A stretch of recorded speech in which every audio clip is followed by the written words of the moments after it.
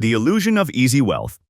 In the mid-1970s, the sun-drenched capital cities of Latin America, from the high-altitude sprawl of Mexico City to the glittering avenues of Buenos Aires, felt like the absolute future of global capitalism. Industrial skyscrapers were climbing toward the sky, massive hydroelectric dams were altering the geography of the continent, and newly built factories were churning out cars, steel, and electronics. To the international financial community, Latin America was the ultimate promised land of high-yield investment. For decades, these nations had pursued an economic strategy known as import substitution industrialization, ISI. The goal was simple, proud, and highly ambitious. Instead of exporting raw materials to the West and importing finished industrial goods, Latin American governments would build their own industries, break their dependency on foreign powers, and vault themselves directly into the ranks of the fully developed world. There was only one problem with this grand vision. It required an ocean of raw capital that these developing economies simply did not possess.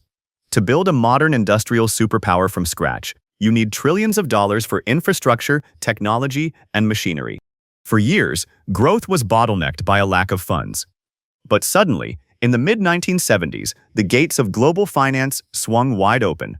An unprecedented torrent of cheap, easy money began flooding into the region. To the leaders of Mexico, Brazil, and Argentina, it felt as though their dreams of endless economic growth had finally been answered.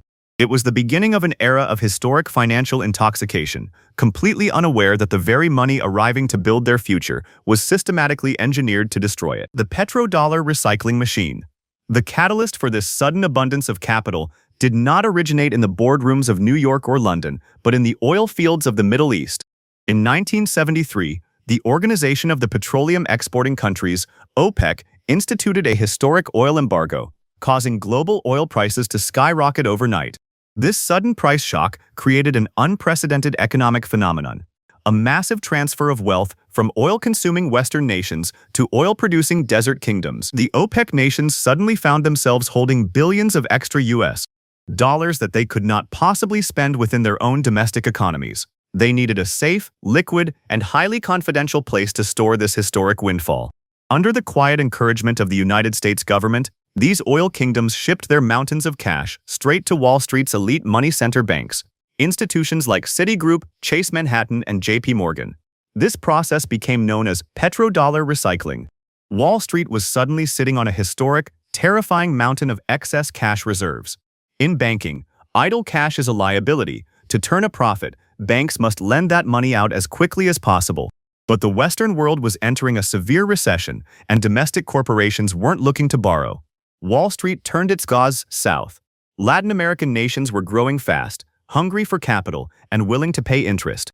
Elite commercial banks began sending teams of aggressive loan officers to the capital cities of the developing world, practically begging sovereign governments to take out multi-million-dollar loans. Between 1970 and 1978, Latin America's external debt skyrocketed from a manageable $29 billion to a staggering $159 billion. The international banking system had successfully recycled the world's oil wealth into a sovereign debt-ticking time bomb. The floating rate trap. To the military dictators and political leaders running Latin America in the late 1970s, these Wall Street loans felt like a free lunch.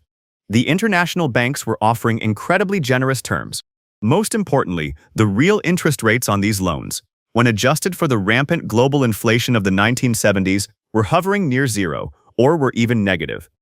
It seemed mathematically foolish not to borrow money when the depreciating value of the US dollar was effectively erasing the weight of the debt over time.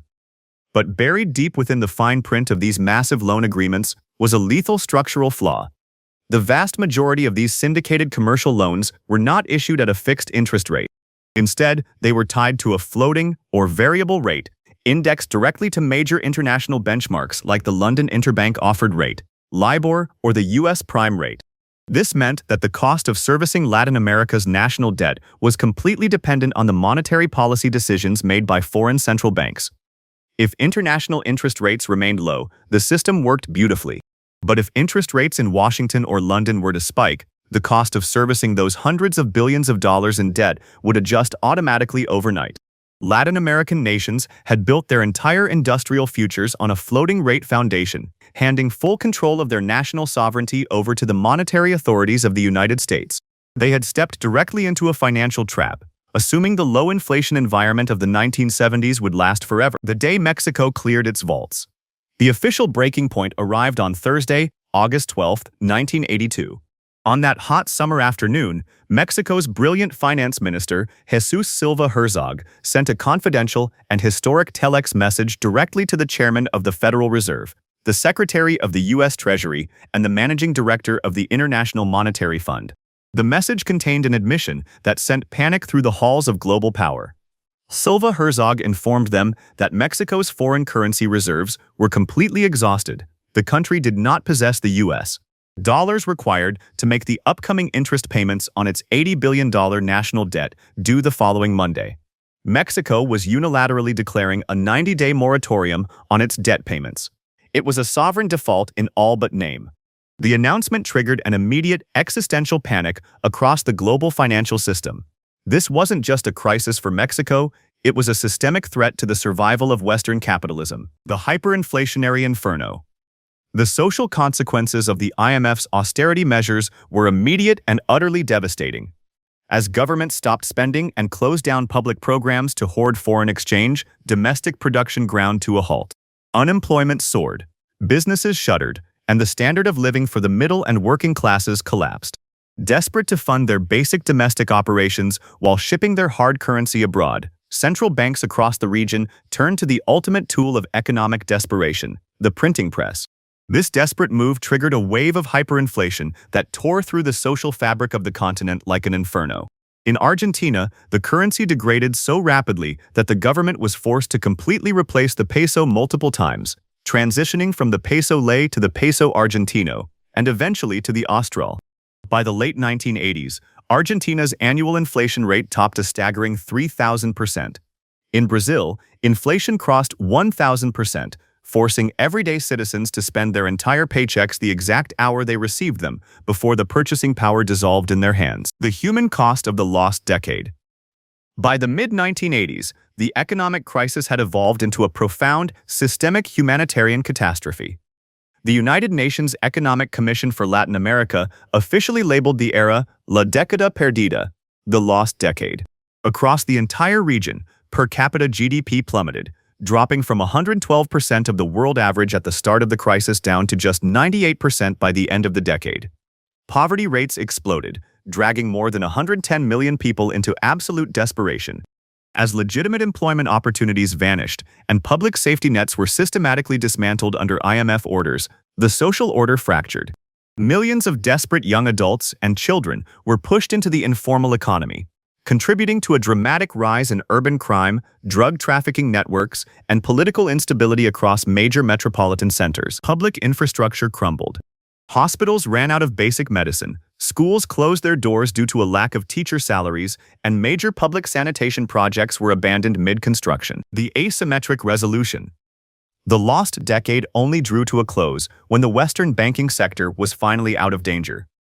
By 1989, Wall Street's mega banks had spent years building up their own capital reserves, writing off bad assets, and insulating themselves from a potential sovereign default.